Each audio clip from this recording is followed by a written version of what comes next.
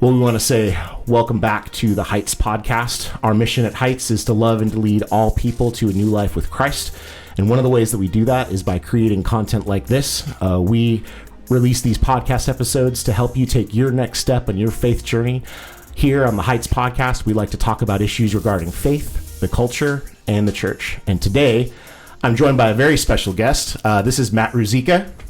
Matt Ruzicka, welcome to the program. Howdy. Thank you for having me.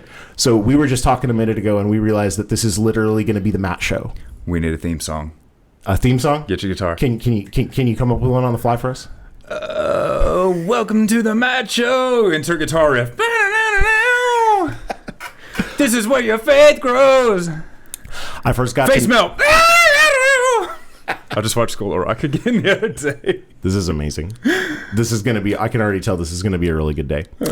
So I met you for the first time. Actually, well, I don't remember when we actually met for the first time. We were next door neighbors. I remember seeing you for the first time when I used to go hang out at the Starbucks all the time. Yeah. And I saw this dude who was in great shape, who was very studiously studying his Bible, and he had color-coordinated highlighters. And I was like, this guy's like a seminary student. Well, I mean, he has amazing hair, so he might be a worship guy. But then he had the color-coded highlighters, so I was it might be a seminary student. But anyway, so that was it. And then at some point we connected. I think we actually connected at school. We had classes together. It was fantastic. Yeah, you copied off of me. I sure did. Yeah. That was awesome. So tell our audience a little bit about what you do. Okay, so I am a young adult pastor at my church and also a worship leader, and just whatever else the pastor tells me to do. We're a small staff and smallish, medium-ish kind of church, so there's always plenty more to do, like take out the trash and update the website, and I'm chief animal wrangler for strays and, all that kind of stuff. That's fantastic. And how long have you been at your current church? 10 and a half years. 10 and a half years. So you've been there for a decade. Yeah. Worship pastor. Yeah. For a lot of that time, student pastor. Right. But recently, in the last couple of years, you've transitioned into a new role at your church. And so I'm really interested in talking to you about that. Man, I loved my time in youth ministry, and towards the end of it, the last couple of years, I was like, I gotta do something else, man. I don't know if you're allowed to talk about bad movies on here, but when Matthew McConaughey was like, I'm getting older and they're the same age, but there was that feeling. It's like, man, I am really, you just feel, at a different in a different stage or whatever. And I was like, I need to do something else, and so I was spitballing that for a long time. And talking with a couple of friends and mentors and my wife, of course, and finally had a breakdown and talked to my pastor and was like, man, I love all this stuff. I just really feel like I need to be doing something else, I don't know if outgrowing is the right word or whatever, but so then we just kind of sort of spitballing the idea of what would it look like to try to reach the college age and the young adult age in our community. So we went from there. That's fantastic. And so currently you're at South Park Baptist Church in Alvin. Yeah. And so you're still on staff at South Park as still doing worship stuff. Yeah. But in addition, I've always considered preaching to be my primary thing. Mm-hmm. That's just me. That's the way I structure my hours and kind of my heart. You know what I mean? I love leading worship, but this may offend you a little bit. That's kind of my secondary role. That gets the lesser amount of time, and that's why your worship ministry is way better than ours. But that's okay. But anyway, yeah, that's kind of the way I've always considered my jam right there. Gotcha. But a big part of what you're doing in your new role at South Park is doing ministry with college, career, young adults. Pretty much if you're in your 20s, you kind of had to set the cap somewhere, because I didn't want to be like, young adult and young at heart, and then get the 50-year-old guy in there sitting next to the 19-year-old girl.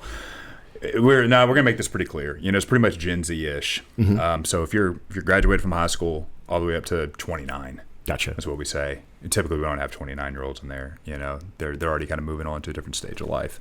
That cracks me up, because I totally launched a ministry at another church one time, and that's exactly what we said. We said like college, career, or for young adults and the young at heart. That's exactly what we said. What did it look like? It basically just never got off the ground. Oh, but yeah, that was like people need structure, man. Yeah, they thrive under structure. It's very, very true.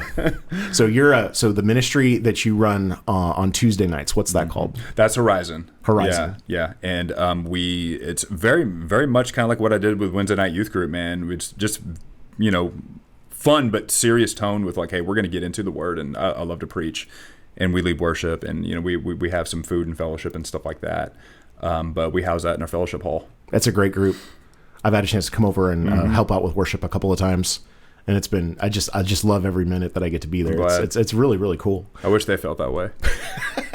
I was curious though, because I'm assuming that some of those same people you probably had when they were high school students. Yeah, definitely. Those are definitely the ones that like I started texting first whenever we were getting the ball rolling with this, and there are some of those there, and some other new faces too, which is great. But that helped, already kind of having some depth of relationship with some people that were kind of already 20, 25 and just kind of aimless out there. You know what I mean? It's an interesting thing that you said when you talk about aimless, and we've had this conversation before too, that like when you're the age of a typical college student, which is in that like sort of like 18, 19, there's this transition where we're going to church with mom and dad, or we're being told to go to church by mom and dad. Yeah. And so if you go off to school, or even if you're still living at home, but things kind of change as you shift, kind of like as you move into that adulthood, the rules are a little bit different, and you're actually having the opportunity to make a decision whether you're going to continue to be a part of the church yourself, right, or is this something that mom and dad were kind of insisting on. Yeah. And it's a very vulnerable place for people of that age group. Yeah. I see a little bit more of a dismal picture than even what you painted, because with a lot of years in youth ministry, I did plenty of youth ministry stuff even before I moved here to Alvin. But with a lot of youth ministry stuff, and especially now that I'm in this position, man, I've seen that like even our church kids, they're really not that churched. Oh wow. So I mean, you've said and heard and probably thought this for a long time. It's like you got a lot of like church membership where, I mean, man, they're worshiping select club ball, for most of the year. I mean, it's like Johnny didn't grow up really knowing that like, no, this is primacy, this is important, this is vital to our household. And so then it's kind of like, even with like they went to church because mom and dad, it was like, that's some, some. And then it's like when church is just really kind of optional whenever you're growing up, it's really not much of an option at all whenever it's in your hands now. Gotcha. Because it's kind of like, what was it before? That's been a lot of instances that I've seen. I even remember now when I was growing up, my family, we were very, very faithful church attenders. I can count on the fingers of one hand how many Sundays we missed in my whole growing up. We were always really involved in ministry. Yeah. That summer in between when I finished high school and when I went off to college, and I was driving and I had my own car, so I was involved in the college ministry at the church I grew up in for a very short period of time. But even then, like, my church attendance got like a little bit sketchy. Yeah. And I had been brought up by parents. You know what I mean? Like right. It had been ingrained in me that church is a thing that you do if you're a Christian. Yeah. And even then I remember that like that little kind of like summertime in between high school and the beginning of college, it was like I went most of the time, but I didn't go every week. Yeah. And there were all of a sudden I had reasons like, it's almost time for college group. Do we want to go? You know what I mean? Mm-hmm. So even for somebody like me who is like a committed Christian raised in a very, very committed household, like that sudden like change and like I had all this freedom, it was just like those are things that I had to figure out. Yeah. So I can only imagine as somebody who maybe didn't have the same kind of like value placed on being a part of church. And again, we're not talking about going to church like from a legalistic standpoint, but being a part of the body of Christ. Imagine the best case scenario. It's something that we do as believers. Yeah. You know what I mean? And I think that's something that's so important. One of the things that I know that churches of our size, a lot of churches, people that I talk to around, they don't always have like a really like thriving college young adult ministry. Right. Yeah. And a lot of times that's because they don't have a lot of college students or young adults? Yes. And I wouldn't call ours thriving by many measurements. Okay. You know what I mean? As like, just a for instance, the couple of them that I kind of did recon missions for, but whenever I was first going to get this started, I'll keep them nameless, but they're more in the Houston area. They're big churches, right? And so they got budget. I don't know what a big budget looks like. They got, it's not just a pastor over that. They got multiple staff members, right, just over that ministry. So they got stuff going on. And one of them was very, very gracious to me. They took me out to lunch, and we talked about me getting this started and what that looks like in Alvin and all that stuff. And they were saying stuff like, man, yeah, get them there, do giveaways, bro. Like when I was there, they gave away PS5s. Oh wow! They gave away Astros tickets, and I'm biting my tongue to the point of bleeding. You know what I mean? I was like, good for you. I was like, that's just not. We're just y'all had food trucks out in your parking lot. We're just. Miss Betty's making sandwiches. Yeah, that's right. For us this Tuesday. It's just that's what it is. So like I know, especially with like talking to students on campus, like they live in Alvin or they live elsewhere, whether Manville or even Pearland, whatever. They drive there. They'll go all the way to Houston because they got it going on. You know what I mean? And that's all well and good and everything. But it's kind of like I kind of early on had to have like this very realistic expectation level, and just kind of can consider, all right, man, what's going to be right for us? What's going to be success? Mm-hmm. And it's like we're not going to be blowing it out the doors with 100 people. We're not going to do PS5s, man. We're not going to have video games set up in another room either. On Tuesday, we're just not. That's just not going to be our jam, and that's okay. Mm-hmm. You know what I mean? What are going to be the main things that we can focus on, and just try to be evangelistic and all that stuff on campus and everything. And we're going to do the best we can there. And so it is a little bit unusual for like a church of my size to have a staff member that's dedicated to that. It's just. Typically, you just don't. You know what I mean? Just you got that kind of money, you got just the support's not there. So we're very fortunate in that regard that they were willing to try this and do this with me. But if there's another church that's like of like size or even small or something like that, I would just say, man, put yourself in check with what you think success is. Gotcha. Or those kind of expectations. And don't get me wrong, man, even like my expectations, like, okay, man, we're not doing what those are. My expectations are here. We're not batting 1,000. You know what I mean? It's like my main thing is like, man, if I can just teach these guys some consistency. Yeah. Just wake up. Wake up and be there on Sunday. You know what I mean? Come 2 weeks in a row on a Tuesday. You know what I mean? Like learn some consistency, and you got to zoom out. And then it's like, man, okay, was Hank more consistent over this past year? That's a win. That's a win. Huge. Yeah, exactly. Especially for a 20-year-old today. So you just kind of, there's danger in the comparison game, and I don't have to try to be like what those mega churches are doing. Mm-hmm. It would not fit here. It would not fit in Alvin. It would not fit at ACC. It definitely would not fit at South Park Baptist Church. It would be a joke trying to do that kind of stuff. You know what I mean? What are those posers? What are they trying to do?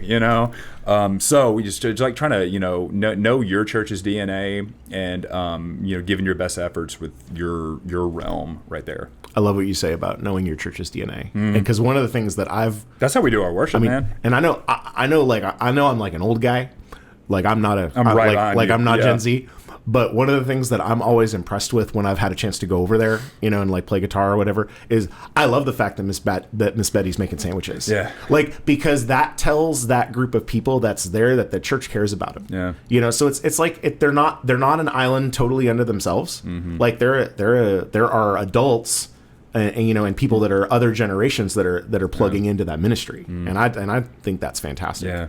Another thing that I've kind of been impressed with, I'm just going to sit here and brag on your ministry a little bit. Like, I've been really impressed with your willingness to sort of take sort of an approach where like it's okay if you go to another church. Mm-hmm. You know what I mean? And this is where I think so we've actually had a few young adults like from Heights encourage them to go like plug in on a Tuesday night, because you know what, it's an important thing for as you're walking through this new stage of life. It's good to have some people that are in your same life stage. Yeah. And so if you're in a small to medium-sized church, there may just not be a whole. I mean, if you're in a college town, that's one thing, but there may just not be that many, 20-somethings or young 20-somethings in your church. Yeah. And so your willingness to say, hey, South Park is doing this, but if you go to the Harbor, if you go to Heights, if you go to wherever you come from, if you love Jesus and you're a college and you're in your 20s, like we've got a place for you.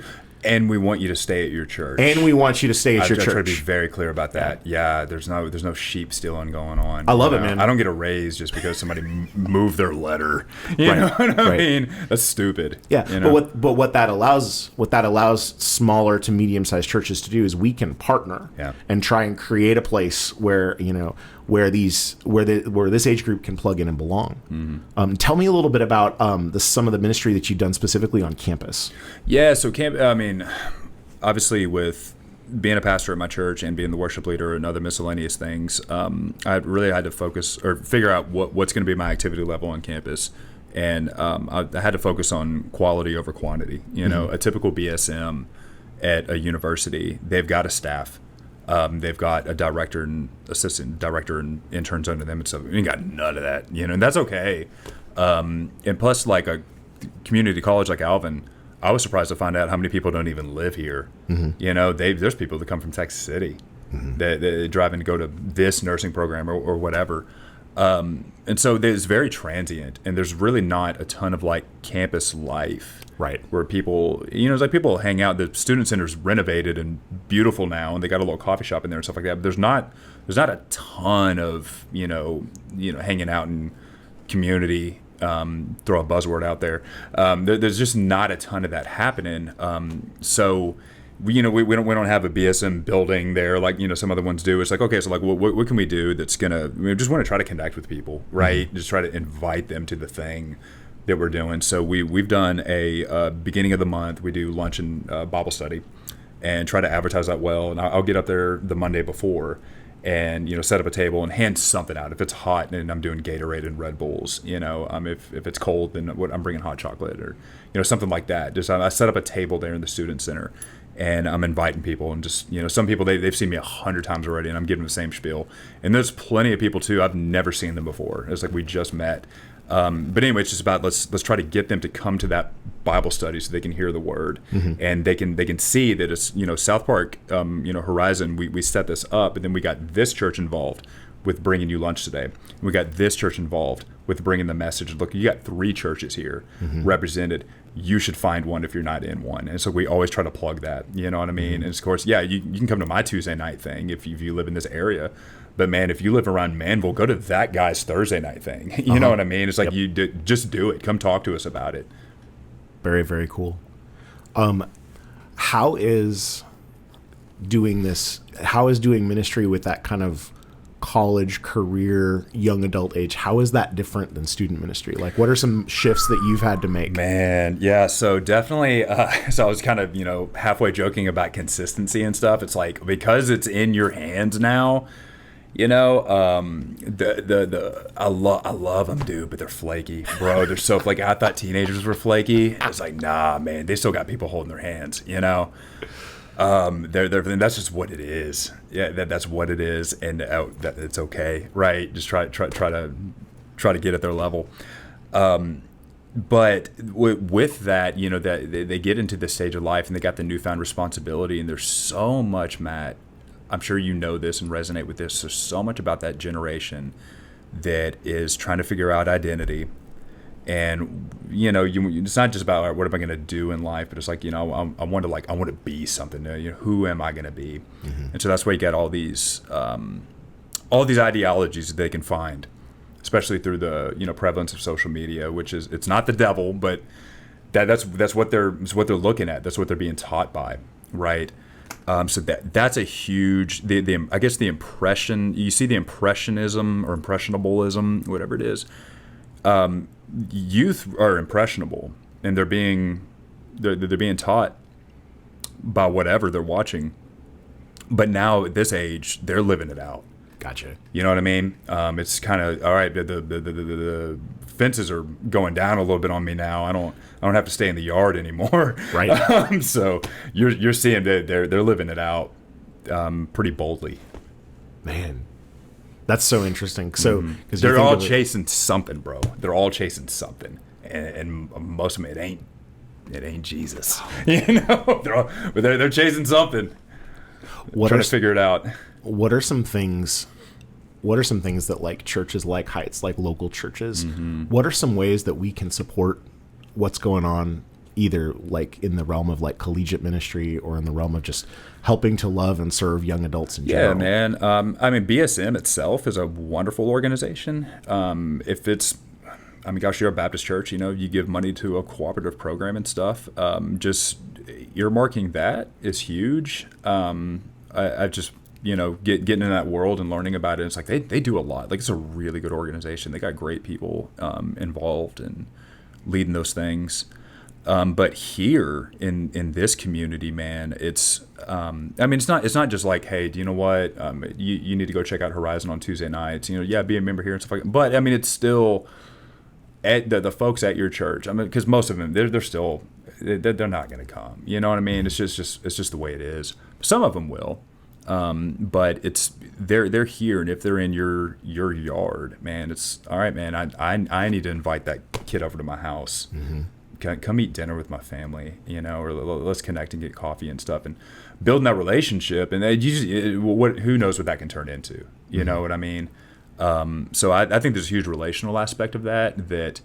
Don't think that like, oh man, I got a medium-sized or small kind of church, and we don't have a Tuesday night thing or something like that. Man, you got people, you got homes, you got food, you got coffee shops. So you're going to get coffee anyway, man. Just call Johnny up and see if he wants to go. Or man, he actually shows up to your church on a Sunday. Tell him, there's like, man, I want to take you out for coffee tomorrow. Let's do it. Give me your number. So he's not going to fill out the visitor contact card. You know what I mean? He'll give you his number. You know what I mean? If you just invite him out. So I think stuff like that is going to be huge. You know what I mean? It's like what we're trying to do is, definitely an evangelism and discipleship aspect of it. But that's not the silver bullet with having a specific Tuesday night thing. You know what I mean? It's not the silver bullet. It's a method. You know what I mean? It's a method. But it's just as much can happen interpersonally. That's and so that kind of goes back to what we were talking about at the beginning, which is kind of know what your church is, know your DNA, and know what kind of you have to work with, and know what's a win for your church. So yeah, so maybe you don't have like a Tuesday night thing specifically for young adults, or maybe you don't have, but you can partner with a church that does, or you can reach out to those, to those young adults, those college students that you have, and maybe you don't have a whole lot. Yeah. But there's a lot of opportunities for evangelism and discipleship, and like you said, building relationships. Yeah. With those students. And I think too, with like, even if you're thinking it's like, oh man, we only got like 3 people in my church that are in their 20s or something like that. Man, that's 300% more than what you could have. You know what I mean? So just like. Let me be real biblical here. You know what I mean? Be faithful over a little, and He'll make you faithful over much, right? And I'm trying to be faithful over a little. I got a little right now. Like I said, we're not blowing the doors open or anything like that. But I know it's like I got to try to be faithful over what we have. You know what I mean? Even if it's flaky and transient and all that stuff, to be faithful over it. You know what I mean? And just see what happens. That's just it's so interesting to me as a parent. I've got 2 kids right now. My 2 oldest are in like student ministry age. They're both junior hires. One's fixing to be in high school pretty soon. But I think about, like, for me, that's like a big kind of a paradigm shift, thinking that like you actually get flakier as you because there's less parental supervision and maybe a little bit less parental expectation. Yeah. Because you're in that age where you're taking the responsibility to, is being a part of the family, is being a part of a church. Is that going to be, because that's on you now, and I just, oh man, yeah, because I'm just thinking like, oh man, they get flakier as they get older. Like, I know, man, it's weird. It's weird, man, because it's not in every area. I mean, man, we put an 18-year-old in the military tomorrow and give them some life or death responsibility. Right? But then the dude he was in class with for 4 years, he can't get out of bed on time, And it's like, what's the difference? And I ain't got all that figured out, man. Right. There's this big student ministry guru guy over at Southwestern Baptist Theological Seminary, Richard Ross, right? He's been student ministry professor. I said Richard, not Rick. Richard Ross. He's a big shot, right? And you hear him speak at conferences and all that stuff. He was tweeting stuff just the other day, kind of about those kind of expectations and everything. It was like, 100 years ago, 200 years ago, it was like 17-year-old walking to your church. He was already married and had a home, and you'd get them plugged right into the ministry and all this stuff. And what are you doing with your 17-year-olds now? And I'm like, they're not the same, Richard.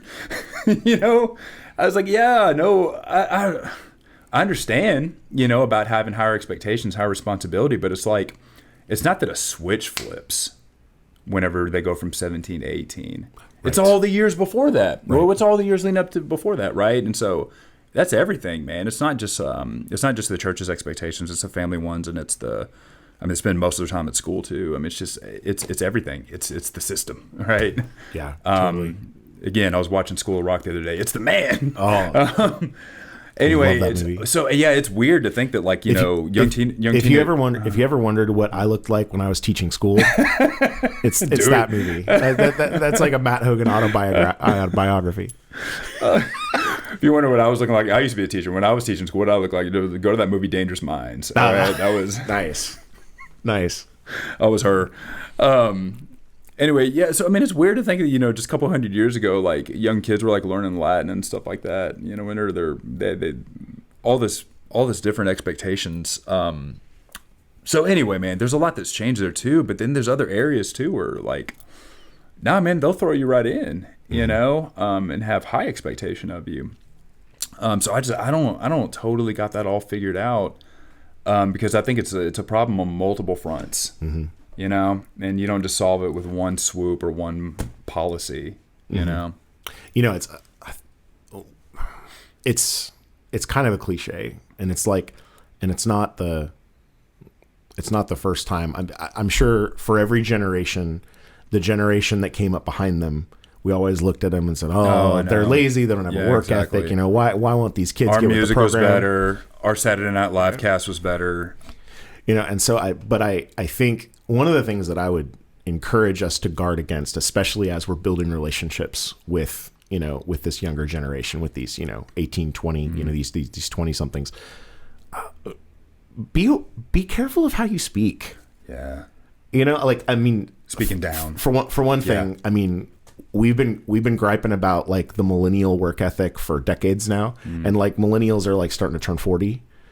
So one thing is like, for one thing, when you're talking about 20 somethings, like they're not millennials anymore because they've already moved on. But the other thing is just like, get to see these people for who they are as people, and so that means that you got to kind of watch something, and it's easy to fall into that trap. Yeah. Because all of it, once you get to a certain age, you're going to fall into that, kids these days. Yeah. And there's social media content that, makes jokes and whatever. Right. But it's like, but again, if you're connecting with these young people that are in your church, if you're building these relationships and you see them as people, some of these guys, they don't have their act together because they've never been taught how to have their act together. Yeah.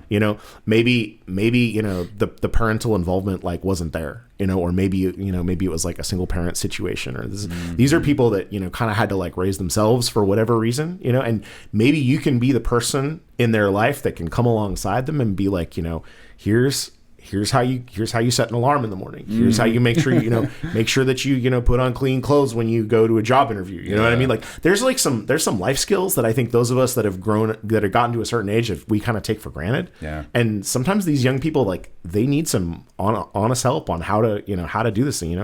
Here's how to send an email to your professor. You know what I mean? Like here's how you communicate with people that are above you, and those are all. And those are all things that like you can help somebody do. Like those are little pieces of discipleship that we can do if we're building relationships with young adults and not kind of generalizing them or kind of putting them in a box. You know what I mean? Yeah. It's cool whenever Miss Betty wants to make sandwiches for us. will take it all day long. But there's still, I don't want to sound too critical here. That's an easy thing to do. Going up to them on a Sunday, or even going up to them in the restaurant or the coffee shop and talking to them. That's hard. Yeah. You know what I mean? It's easy to kind of do stuff and drop it off and be at an arm's distance. Like, oh, well, I gave some of my Tide dollars to that. Matt's going to run it. Right. Well, guess what? We got a battle on multiple fronts here. There's a lot I was thinking about whenever you were talking just a second ago. I was thinking about how like open-minded and closed-minded people, a big factor with like open-minded people, they're well-traveled. They've seen things, they've seen different cultures, and it'll kind of change the way they interact with people here whenever they come home, and they're less judgy. Interesting. And you can do that generationally too. Be well-traveled. Oh, I like that. You know what I mean? Don't just live in Alvin your whole life. Right? Generationally. Right.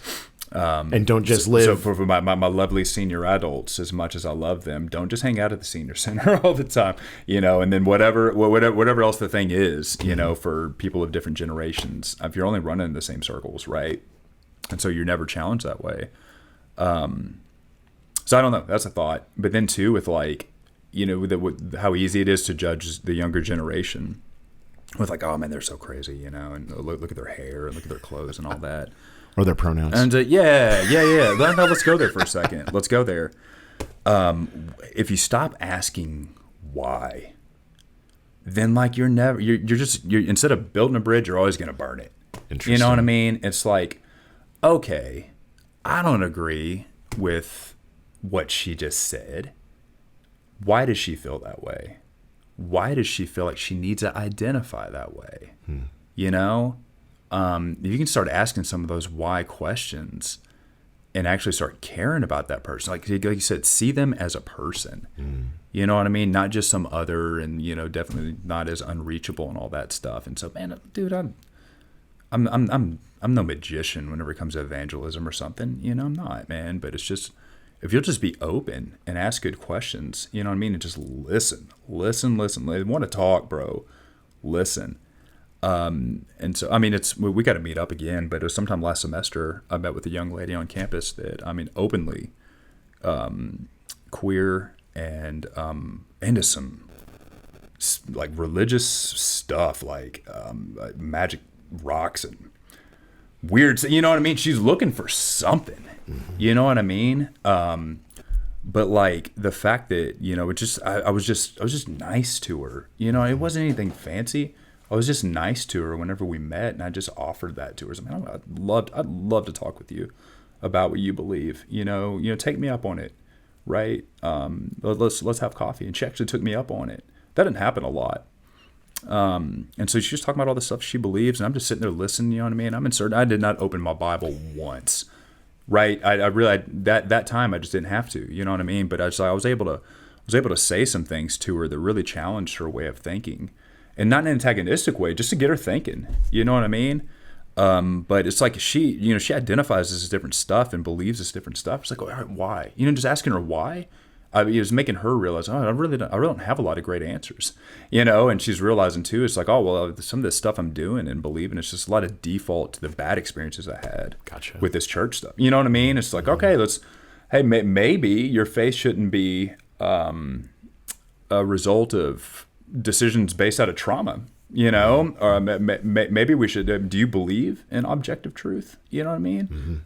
Black is black, white is white, light is light, dark is dark. You know what I mean? It's salty and sweet. Do you believe there are things that something can be objectively true? Yeah. Okay. Let's talk about it. You know what I mean? So, and that was kind of a tangent. I'm sorry. No, that's good, man. But I think, being cross-cultural in that sense, with generations being willing to do that stuff, and instead of judging right off, but just asking those why. It's like, well, why do they listen to that crazy music? Why do they like that?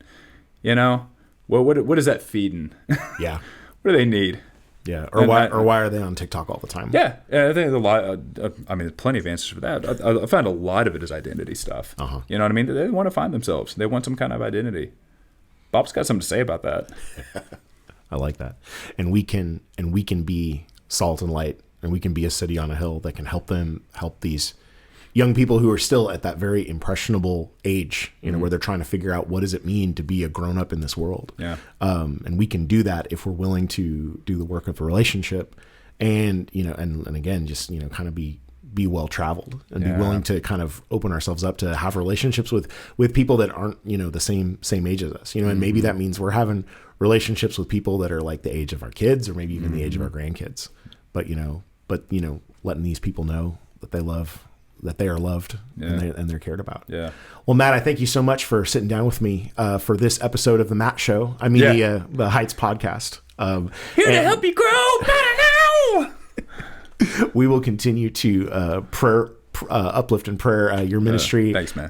There at South Park, and also part on campus at Alvin Community College. And want to say thank you to our audience for tuning in for this week's episode of the Heights podcast, and want to let you know that we've got a campus on the south side of the Houston metro area. We have worship services every week at 10:30 a.m. at our Alvin location, and you can also find us online on Facebook and YouTube. We live stream every week.